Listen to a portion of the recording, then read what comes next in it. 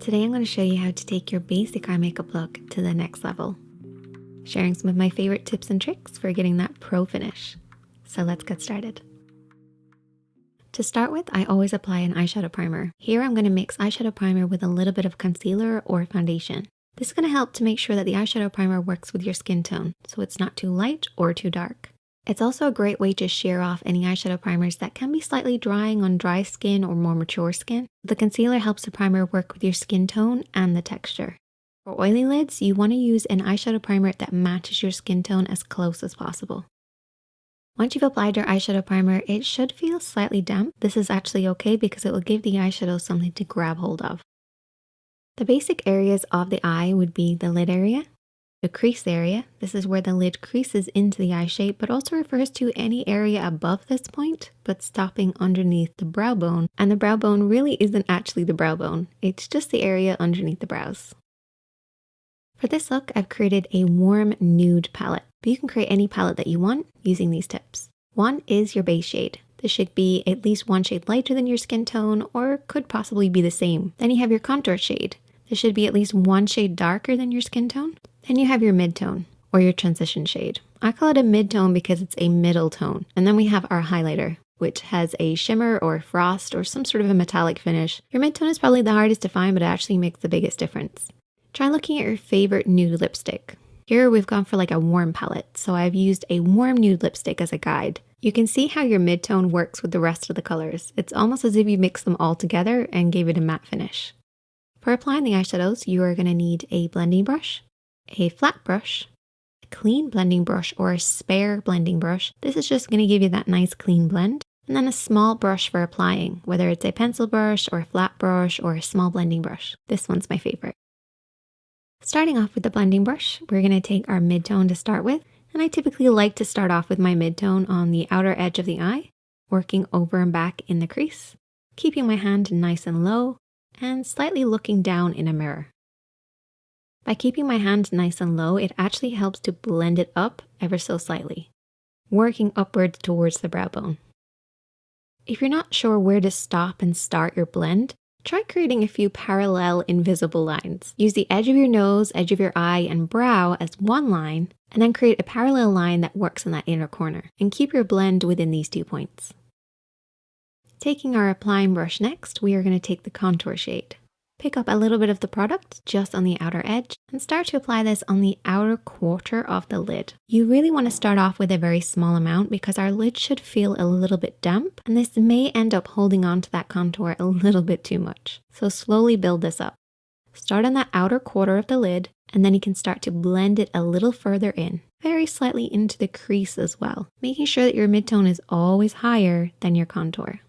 Don't worry about the application, just get the eyeshadow in the correct area, because now we're going to take our blending brush and start to blend this out.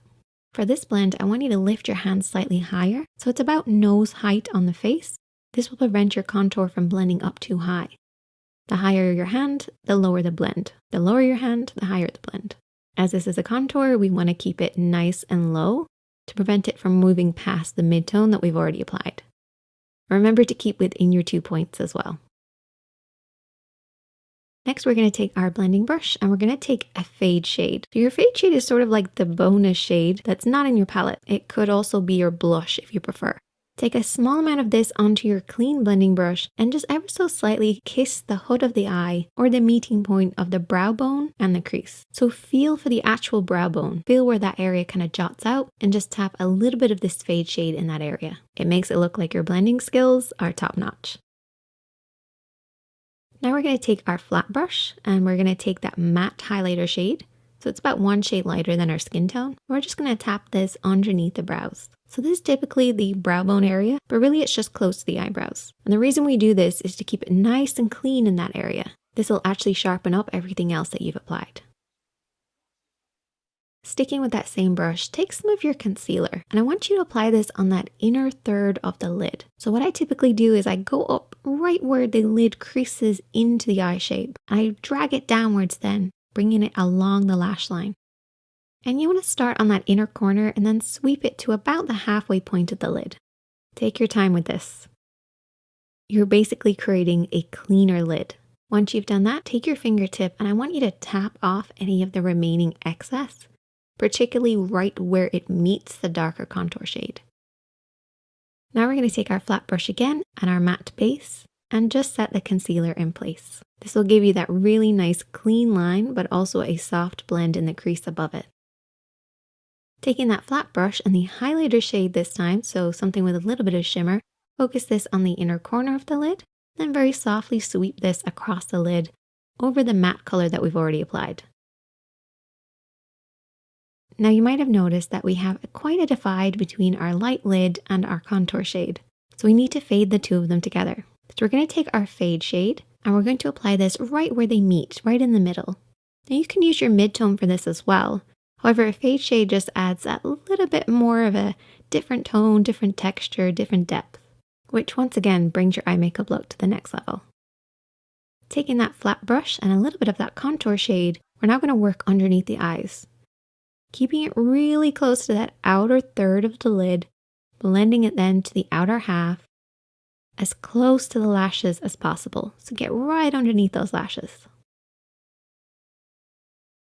Then take your mid-tone on that same brush and start to sweep around this area. What this will do is it will fade out the contour that you've already applied and give you that really blurry line. It's all about the blur. To finish, take your clean blending brush and just sweep around everything, holding the brush really far down on the handle.